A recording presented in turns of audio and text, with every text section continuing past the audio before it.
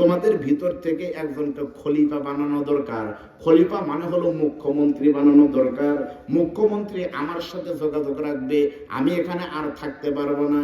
এইবার হযরত ওমর বললেন, তার আগে প্রথম দায়িত্ব হলো এই দেশের নাম এতদিন ছিল রোম দেশ, এতদিন খ্রিস্টানদের বাদ্যবাদনা বেজেছে, কিন্তু আগামীকাল ফজর নামাজ যখন হবে এই দেশের প্রত্যেকটা মসজিদ থেকে কোরআনের আয়াত আর নবীর নামের আযান ভেসে উঠবে।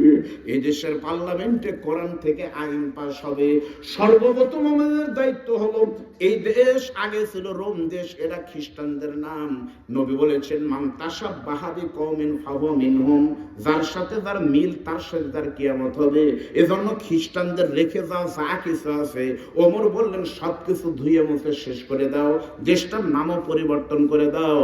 হযরত ওমর তখন নতুন দেশের নাম রাখলেন হিমস নগরী। হিমস, কারণ ওরা যা রেখে গেছে খ্রিস্টানরা, এগুলো থাকলে আর বরকত হবে না, এগুলোকে সাফ করো। এজন্য সাফ করার অংশ হিসাবে প্রত্যেকটা মরে মরে মূর্তি ছিল বাংলাদেশে। কথা কন না, ছিল আল্লাহর নবীকে বলা হলো, হুজুর লিমা বুইস্তু, আপনি দুনিয়াতে কেন আসলেন? আল্লাহর নবী স্পষ্ট বলেছেন, বুইস্তু লিকাসরিল আসনাম, সহিহ হাদিস। নবী বলেছেন, পৃথিবীতে আমি এসেছি মূর্তি ভাঙার জন্য। আর বাংলাদেশে কোটি কোটি টাকা খরচ করে মূর্তি বানিয়েছিল, যেখানে সেখানে মূর্তি, যেখানে সেখানে মূর্তি। 5 তারিখে বাংলাদেশ স্বাধীন হওয়ার পরে 1 ঘন্টার ভিতরে সকল মূর্তি শেষ হয়েছে। এই জন্য আল্লাহ বলেছে, তাদেরকে যদি আমি শক্তি দেই, খোদার কসম, প্রত্যেকটা তাফসীর সাক্ষী, এই শক্তির নাম হলো রাষ্ট্র শক্তি। বলে বলেন কথা ঠিক না? কেমনে বুঝাবো ভাই? এর থেকে আর কি আছে বলেন? সব গেল, পীরদের মাজার ভাঙ্গা হলো। আমি এখানে একটা কথা বলি, আপনার মন খারাপ করবেন না। বাংলাদেশে ইসলাম এসেছে কিন্তু হক্কানি পীর ওলিদের মাধ্যমে। আমি বিশ্ববিদ্যালয়ে পড়েছি, কাইফা দাখাল আল ইসলাম ফি বাংলাদেশ। বাংলাদেশে ইসলাম ইন্ডিয়া থেকে প্যাকেট হয়ে আসেনি, বাংলাদেশে ইসলাম এসেছে আল্লাহর ওলিদের মাধ্যমে। মুহাস্সানে মাহি স্যার বলখি রহমাতুল্লাহ আলাইহি মাসের পিঠে এসে তার জায়নামাজ বড় হয়, আব্দুল বারী রশিদের জায়নামাজ বড় হয় না কেন? দিনের বেলায় যিনি ছিলেন মুবাল্লিগ, হিন্দু রাজার বিরুদ্ধে জিহাদ করেছে, আর রাতের বেলায় তাহাজ্জুদ তাহাওমাও করে কেঁদেছে, তিনি ছিলেন একজন বীর মুজাহিদ। বগুড়াতে রংপুরে কারামত আলী জনপুর রহমাতুল্লাহ আলাইহি, রাজশাহীতে শাহ মখদুম রহমাতুল্লাহ আলাইহি, এরপর আপনার চট্টগ্রামে শাহজালাল, শাহপরান, সিলেটে চট্টগ্রামে বাইজিদ বোস্তামি, সরমনায় দরবার শরীফে পীর চরমনায় পীর, সারসিনার মরহুম পীর, এগুলো বাংলাদেশের আছে। তারা ভণ্ড ছিলেন না, তারা ছিল বাংলাদেশের রুহানি সন্তান। ধরে বলেন কথা ঠিক না? তাদের বাহিরে পীর নামে বাংলাদেশের যারা ছিল ধর্মের ব্যবসায়ী, তাদের মাজার যখন ভাঙ্গা হলো, বাংলাদেশের তথাকথিত সুন্নি, এই গরম সুন্নি গরম হয়ে বললো, দেওয়ানবাগের পীর মাজার ভাঙ্গা হলো কেন? দেওয়ানবাগের পীরের মাজার ভেঙে এতই কষ্ট লাগলো। কিন্তু দেওয়ানবাগী পীর যখন বলেছিল, আপনারা জানেন না, আমার কাছে ভিডিও আছে, আমি দেখাতে পারবো। দেওয়ানবাগী পীর বলেছিল, থাক, দেওয়ানবাগী পীর বলেছিল, একদিন রাতের বেলা স্বপ্নে দেখি মুহাম্মদ সাল্লাল্লাহু আলাইহি ওয়াসাল্লাম নেংটা হয়ে ময়লার ভাগাড়ের ভিতর পড়ে আছে। সেই দিন বাংলাদেশ সরকার তাকে গ্রেফতার করেনি। ভুল করেছে যারা ভেঙেছে, তাদের বিচার হওয়া দরকার। কেন ভাঙতে গেলি? সবগুলাকে পুড়িয়ে সরকার করে দেওয়া লাগতো। ধরে বলেন কথা ঠিক করে? বাংলাদেশ ওদেরকে প্রমোট করা হয়েছে রাষ্ট্রীয়ভাবে। এই মহাস্থানে আল্লাহর ওলির মাজারে উচিত ছিল পুলিশ পাহারা দেওয়া, পুলিশ পাহারাতে রাখা। সেজদা দিলেই গ্রেফতার হবে, তারা খেনি। শেষ বৈশাখের দিন মহাস্থানে কি হয় আপনারাই ভালো জানেন। কলকি খাচ্ছে মামা, খাইনি মামা। অনেকে মারছে টান, হু বাবা খাইলে গাদা, ধরো মাজা। সিদ্ধে না খেলে বুদ্ধি পারে না। একজন ধরা, একজনটা হু, আরেকজনটা হু, পায়জামা খুলে দেখে বাড়ায় গেছে হু। সন্ধ্যার পরে লাইট বন্ধ করে 10 টাকায় গাঁজা বিক্রি হয়। বগুড়ার প্রশাসন ওদেরকে বন্ধ করে নাই। কোথায় গেল রিপু? তাদেরকে প্রমোট করে নাই। বেঈমানরা বন্ধ করেছে কুটুর বাড়ি মাহফিল করে। বলেন কথা ঠিক না? এমনি কষ্ট আসে না ভাই, অনেক দিনের কষ্ট একদিনে বাড়াচ্ছে, মনে কিছু করেন না। না, আপনারা পারলে সর্বোচ্চ কি পারবেন, 2000 টাকা কম দিবেন, এই তো। আরেকটা কাম পারবেন, তো সামনে বছরের হুজুর মুরব্বী, ও মুরব্বী কই যান বাবা, কয় নাম্বার? হ্যাঁ, মুইতে আবার আসবেন। রাজি আছেন? আপনারা মন খারাপ করতেছেন? আপনারা একটা ভুল করছেন, একটু আগে ভাগে দেওয়া লাগতো ভাই। আপনি এমন ভাবে দিচ্ছেন, শোনেন 10:30টায় বলতে উঠবেন কেন? কি বেড়ে দেবো? সময় বেড়ে দেবো। আপনি সবাই আপনাকে অনুরোধ করছি, আমি সময় বেড়ে দেবো, আপনি ওই বেড়ে দিয়েন বারে, আপনি একটু বেড়ে দিয়ে না দিবেন, ঠিক আছে? কারণ আমি দাওয়াত দিয়েছি কিন্তু 8 তারিখে, 9 তারিখ হলে পারে 2 দিন অফ, তাহলে 2 দিনের ভিতরে যা হয় একটু বেড়ে দিয়ে না। তবে বেশি রাত বাড়াতে পারবো না, আমার কালকে ঠাকুরগাঁও মাহফিল, আপনাদের এক রাত আর আমার কি প্রতি রাত, ইনশাআল্লাহ অসুবিধা নাই তো। আল্লাহ নবী বিশ্বনবীর ছবি হযরত ওমর সঙ্গে সঙ্গে বললেন আগের গুলো সব ধুয়ে মুছে সাফ করো। প্রথমে নাম ছিল বুঝবেন, কিন্তু আমি কিন্তু জটিল অর্থ ধরিনি, ছোট্ট ছোট্ট কথা বলতেছি যেন বুঝতে পারেন। আগে দেশের নাম ছিল রোম দেশ, বগুড়ার ভাষায় বলতেছে নাম কি রোম, আর এখন রোমের নাম হয়ে গেছে হিমস।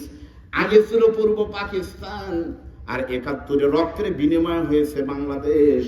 আগে কিন্তু ছিল ইয়াসরিব, আর নবী কোলে নেওয়ার পর হয়ে গেছে মদিনা। ওই রকম আগে ছিল রোম, আর এখন হয়ে গেছে হিমস নগরী। ইতিহাসে তাই কিন্তু লেখা আছে, দেখেন হিমস আর রোম নাই। হযরত ওমর বললেন এই হিমসের একজন খলিফা, একজন প্রতিনিধি, মুখ্যমন্ত্রী দরকার, যিনি এই দেশের প্রধানমন্ত্রী। আমার সাথে যোগাযোগ রাখবেন। তোমাদের ভিতর থেকে কে এই প্রধানমন্ত্রী হতে চাও, হাত তুললে পারে তাকে আমি দায়িত্ব দিয়ে দেবে ইনশাআল্লাহ। ইসলাম কাকে বলে দেখেন, প্রধানমন্ত্রীর প্রস্তাব করতেছে কিন্তু কেউ ভয়ে হাত তুলতেছে না, কারণ এই দুনিয়ার ক্ষমতা পাওয়া খুবই সহজ। কিন্তু কিয়ামতের দিন নবী বলেছেন 5টা হিসাব না দিয়ে কেউ পা তুলতে এক কদম পারবে না। হুজুরদের বলে দেখেন সহিহ। প্রথম হলো তুমি কেমনে কামাই করেছো, কোন পথে ব্যয় করেছো, ওই হিসাব কিন্তু জনগণের হিসাব না দিলে তোমার চামড়া তুলে দেওয়া হবে। এই ভয়ে যখন কেউ হাত তুলে নেন, হযরত ওমর এক পর্যায়ে রাগ করে বলতেছে, তোমরা কেউ যদি হিসাব আর এই দায়িত্ব না নিতে চাও, তাহলে আমি একা কি দায়িত্ব নিতে পারবো? আমি ওমর বলতেছে তোমাদের ভিতর থেকে এই দায়িত্ব নিতে হবে, তবে ইচ্ছা করে নাম বলবো না। আমরা একটা মিটিং করব, একটা শুরার বৈঠক করব, আমরুহুম শুআরা বাইনাহুম, পরামর্শ সবার মাধ্যমে নেতা নির্বাচন হবে। কয়েকজন গুণী সাহাবীকে ডেকে বললেন কাকে নির্বাচিত করা যায়। প্রত্যেকটা সাহাবীর প্রত্যেক সমর্থনের মাধ্যমে এতগুলো সাহাবীর ভিতর থেকে একজনের নাম যখন সবাই প্রস্তাব করেছে, হযরত ওমর সবাইকে বলতেছে নাম পরে বলবো, আগে বলো তো যার নাম বলবো তাকেই কিন্তু দায়িত্বে দাঁড়াতে হবে। সবাই তখন বলে আমিরুল মুমিনিন, খলিফাতুল মুসলিমিন, আমরা দায়িত্ব নিয়ে নিব, যাকে বলবেন সেই আমরা দায়িত্ব নিব। হযরত ওমর তখন বললেন বেশিরভাগ সাহাবীর মতামতের ভিত্তিতে নতুন রাষ্ট্রের নতুন খলিফা যিনি হবে,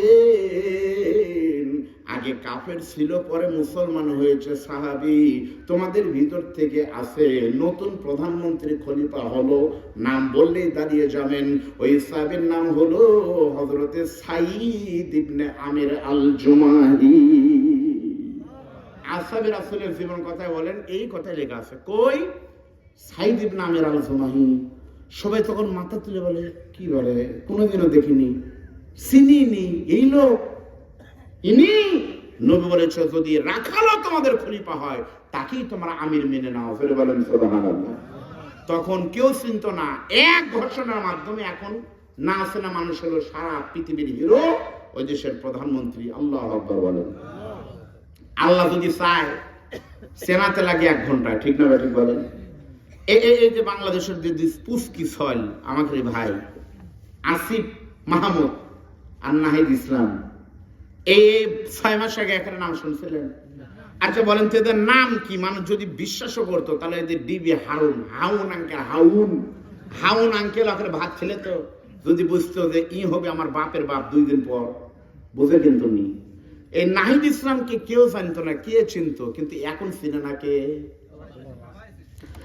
সঙ্গে সঙ্গে বলতেছে সাইদ তুমি দায়িত্ব নাও, গাছের গোড়া কেটে দিলে গাছ যেমন পড়ে যায়। সাঈদ ইবনে আমির তখন প্রধানমন্ত্রী হওয়ার কারণে জুলুম মনে করে হাউমাউ করে কাঁদতেছে।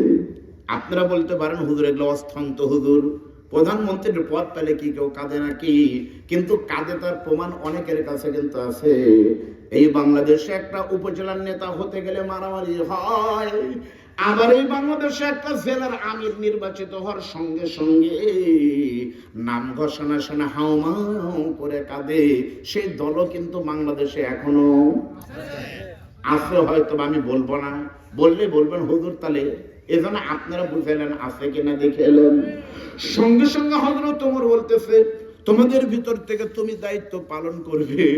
সাইদ ইবনে আমের বুকের সাথে বলে, আমিরুল মুমিনিন, মা বাবার গরিব সন্তান, আগে কাফের ছিলাম, পরে নব মুসলিম হয়েছি, ইসলাম গ্রহণ করে নবীকে পাইছি, এত বড় দায়িত্ব আমাকে দিয়ে বিপদে ফেলায় না হুজুর। হযরত ওমর বলতেছে, সবাই যেটা চাইছে বাবা ওটাই রায় হয়ে গেছে, তুমি কোনো টেনশন করো না, তোমাকে শুধু একটা সূত্র শিখাই দেয় নবীর সেই বক্তব্য, সেই 17 মিনিটের ঐতিহাসিক বক্তব্য বিদায় হজে নবী বলেছেন, তারাকতু ফিকুম আমরাইনি লান তাদিল্লু মা তামাসসাকতুম বিহিমা, তোমাদের ভিতর থেকে যদি কেউ শাসক দুটি দায়িত্ব পালন করতে পারে, রায় দেওয়ার ক্ষেত্রে আল্লাহর কোরআন আর হাদিসকে সামনে রেখে কেউ যদি রায় দেয়, ওই রায়ের শুধুমাত্র রায় হয় না, ওই রায়ের প্রতি আল্লাহর রহমত নাযিল হয়। তুমি আইন করবে আল্লাহর কোরআন সামনে নিয়ে, আর নবী যা বলছে তাই, এই দুইটা না আইন করে। আর আমাদের বাংলাদেশে আইন কি হয়েছে, কি হয়েছিল? বাংলাদেশে ওদেরও দোষ নাই, কারণ বাংলাদেশে যারা নেতা নির্বাচিত হয়ে গেছিল এরা একটাও নেতা হওয়ার যোগ্যতা অর্জন করতো না, একটাও না, একটা মাজাত বল নাই, ধ্বজভঙ্গ রোগীর মতো টাইনিয়া তুলে লাগতো, ওই করতো খেলা হবে, তুরির শরীর চলে না রে পাগলা, তুই এবার খেলা হবে।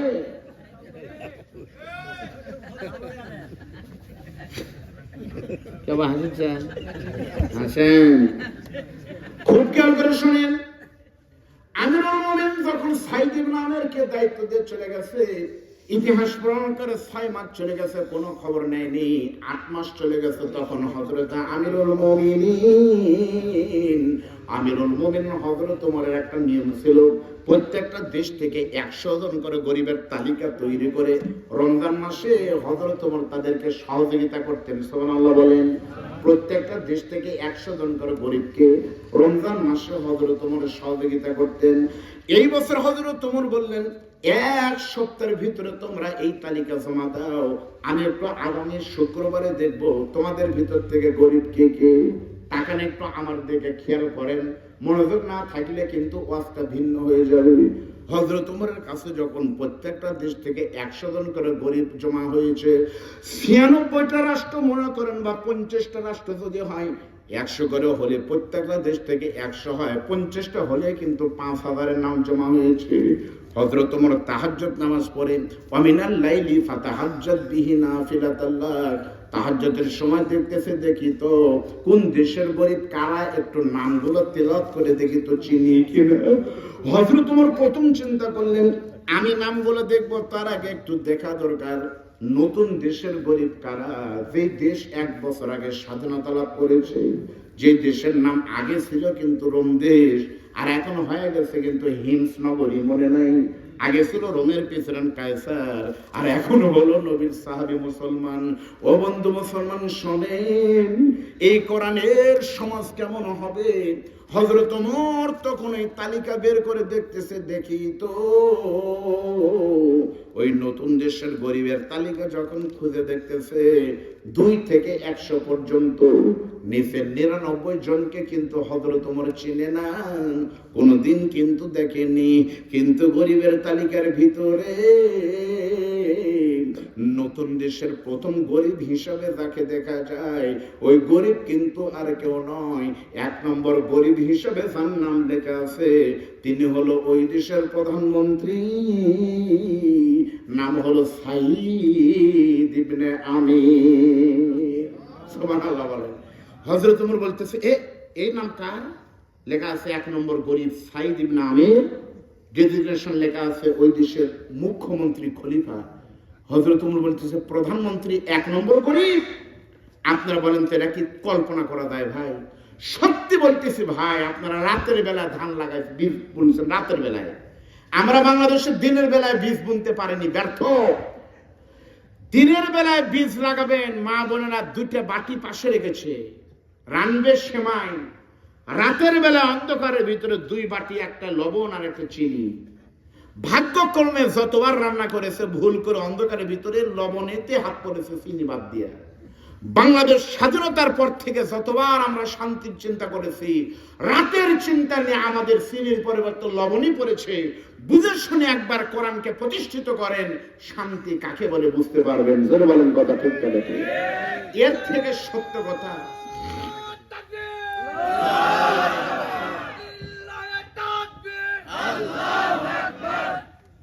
আপনার মন খারাপ করতেছেন, আপনার আসেন তো কিছুক্ষণ, আল্লাহ কবুল করেন বলেন আমিন। হযরত ওমর তখন দেখলো এই গরিবের তালিকা, সাইদ ইবনে ওমরের নাম দেখার পরে ঘোষণা দিয়েছে, আগামী জুমার দিন আমি ওমর একটু ওই দেশে যাবার চাই, জনগণের সামনে শুনতে চাই সত্যি কি গরিব নাকি মিশামিশি লেগেছে। এই ঘোষণা যখন দিয়েছে, আগামী জুমার দিন আমি অর্ধ পৃথিবীর খলিফা ওমর একটু নতুন দেশে সফরে যাবার চাই, আপনারা এই দিকে তাকান তো বগুড়াবাসী ভাই। এই মুহূর্তে ডক্টর ইউনূস স্যার যদি বলে বগুড়া আলতাপন্নেসা খেলার মাঠে আমি একটু বগুড়াতে যাবো, দেখতে চাই বগুড়া কেমন, আপনারা বলেন তো বগুড়াতে লোক কম হবে না বেশি হবে? আপনারা কিন্তু যাবেন, দেখিতে পারে বুড়া মানুষ কেমন দেখা যায়। অর্ধ পৃথিবীর খলিফা ওমর যখন বলেছে আমি নিজে যাব, এই খবর শুনে দেখে গেল জুমার নামাজের পরে ওমর বক্তব্য দিবে, কিন্তু জুমার নামাজের অনেক আগে পুরো দেশের সমস্ত লোক আবাল বৃদ্ধ বনিতা ওমর দেখার জন্য খলিফা দেখবে। আস্তে আস্তে পুরো এলাকার লোকে লোকারণ্য হয়ে গেছে। হযরত ওমর জুমার পরে বক্তব্য দিবে, কিন্তু জুমার পরে অন্য অন্য বক্তারা বক্তব্য দেয়, ওমর আর বক্তব্য দেয় না। সকলের ধৈর্য শ্রুতি যখন ঘটে যায়, এমন সময় দেখা গেল মাথায় একটা নবীর সুন্নাত টুপি, মুখ ভরা কি সুন্দর কি সুন্দর সুন্দর সুন্দর দাড়ি, মাথায় টুপি, গায়ে জুব্বা দিয়ে সাধারণ বেশভূষা একটা হুজুর সাধারণ একটা পাবলিককে সাথে নেই স্টেজের দিকে আসতেছে। সকলেই বিরক্ত হয়, বলতেছে যাকে চাই সে আসে না, শুধু অন্য লোক আসে, ওমর কখন আসবে? সকলের ধারণা হলো অর্ধ পৃথিবীর খলিফা আসার আগে বিশাল নিরাপত্তা কর্মী আগে ঢুকবে, তারপরে এসএসএফ, বিজিবি, এনএসআই, সিসিআই যত কিছু ঢুকবে। কিন্তু দেখা গেল কেউ নাই, শুধু 2 জন মুরব্বী স্টেজে আসতেছে। সকলে বিরক্ত হয়ে মুরব্বীকে বলতেছে, মান আনতা, আপনি কে? মা ইসমুকা, আপনার নাম কি? কোথায় থেকে এসেছেন, পরিচয় তাড়াতাড়ি করে দেন। তখন এই মুরব্বীর সামনে এসে বলতেছে, দেশের জনগণ, আমার পরিচয় যদি শুনতে চাও শোনো, যে ওমরের বক্তব্য শোনার জন্য তোমরা এসেছো, আমি হলাম সেই ওমর। সুবহানাল্লাহ বলেন। তাই তো বলা হয় সমাধান, সমাধান চাও যদি জীবনে মরণে, ফিরে চাও খুঁজে নাও চোখ রাখো কোরআনে। সমাধান এ বাণী সকলের নয়, শুধু আলেমের, যারাই মেনে নিবে ফল পাবে কোরআনের। ঘরে বলো কিবা রাষ্ট্রে বলো, অশান্তি দূর করে শান্তি আনে সমাধান। সমাধান চাও যদি জীবনে মরণে, ফিরে চাও খুঁজে নাও চোখ রাখো কোরআনে। বলেন মারহাবা। সুতরাং ও সোনার মানিকেরা, বিশ্বাস করো, please return come back, this is truth, এটি সত্য, কোনো সন্দেহ নাই, এটা clear, no east no west, Al Quran is the only one, and এটি একমাত্র বেস্ট কিতাবের কোনো বিকল্প নাই। সঙ্গে সঙ্গে সবাই বলতেছে আমি ওমর, সবাই তাজ্জুবায় বলতেছে অর্ধ পৃথিবীর খলিফা, কিন্তু পোশাক দেখে তো মনে হয় না খলিফা, এটাই তো হওয়া দরকার। খলিফা কেমন হবে? খলিফা হবে জনগণের খাদেম, খাদেম হবে এরকমই তো হবে। হযরত ওমর স্টেজে এসে বলতেছে আমি বক্তব্য দিব, কিন্তু তার আগে একটু ইনকোয়ারি করতে চাই। এই যে আমার ডান পাশে যে লোকটা বসে আছে, তোমরা কি চিনোনি? সবাই বলতেছে উনি হলেন আমাদের দেশের খলিফা সাইদ ইবনে ওমর। লোকটা কেমন? সবাই বলতেছে ভালো। লোকটা কেমন? সবাই বলতেছে ভালো। লোকটা কেমন? সবাই বলতেছে ভালো। আমাদের বাংলাদেশি নিয়ম হলো জানাজার সামনে নিয়ে যদি বলা হয় কয়বার, 3 বার ভালো, মনে করতেছে জান্নাতে গেল। এই ফতোয়া কে দিল? হ্যাঁ, কি ভাই, হুজুর কেন দাঁড় করে রাখে? হুজুর আপনি থামেন, আমরা একটু জান্নাতের টিকিট দিয়ে দিই। আমার চাচা বগুড়ার মেরে ধরে শ্বাস করছে, কিন্তু মুরব্বী এলাকার বাড়ি ছিল এইদিকে। মুরব্বী কেমন ছিল? ভালো। কেমন ছিল? ভালো। 3 বার ভালো। তাহলে আমাকে বিশাল নেতা মরছে কয়েক বছর আগে, জান্নাতে গেল। যাই হোক, আমি তো কাপড় কি আপনার কাউল বাজানেন কেবল, আমি তো বলতেছি ভালো গেল। কারো মুখের কথায় নয়, মুখের কথায় কিছু হবে না।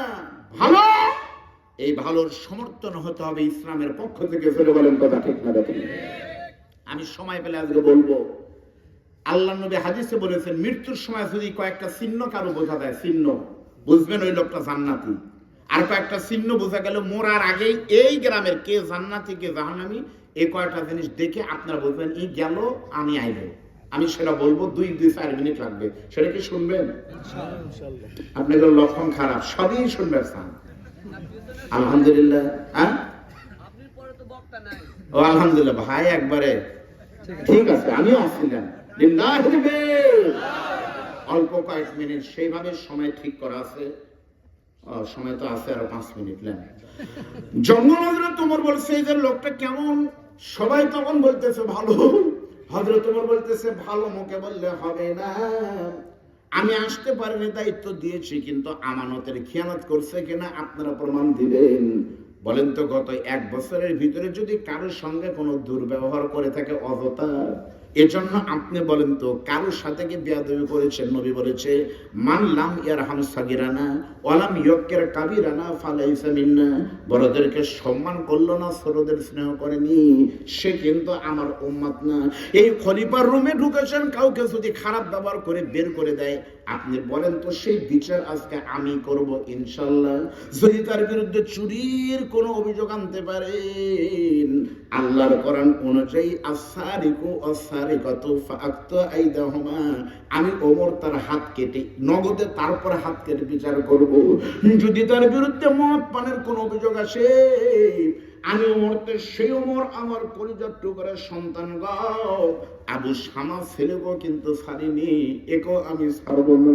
শুধু প্রমাণ দেওয়া তো কোনো কাজ কোরআন বিরোধী মানবতা বিরোধী করেছে কিনা? প্রত্যেকটা জনগণ তখন বলে আমিন।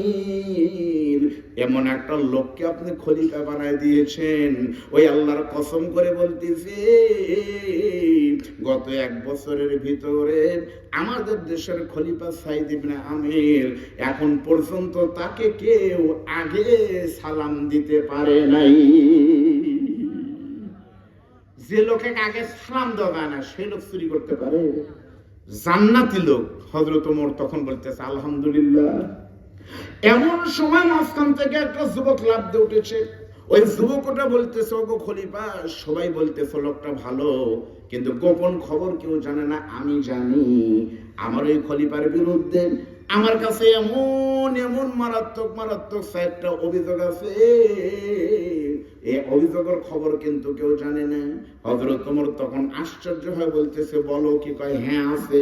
হযরত ওমর তখন বলতেছে, আসো, তাল ইলাইয়া ইয়া আব্দুল্লাহ, আসো, ইজলিস, তুমি বসো, ইন্তাজার কলিলা, আমি তোমাকে দেরি করতে বলছি।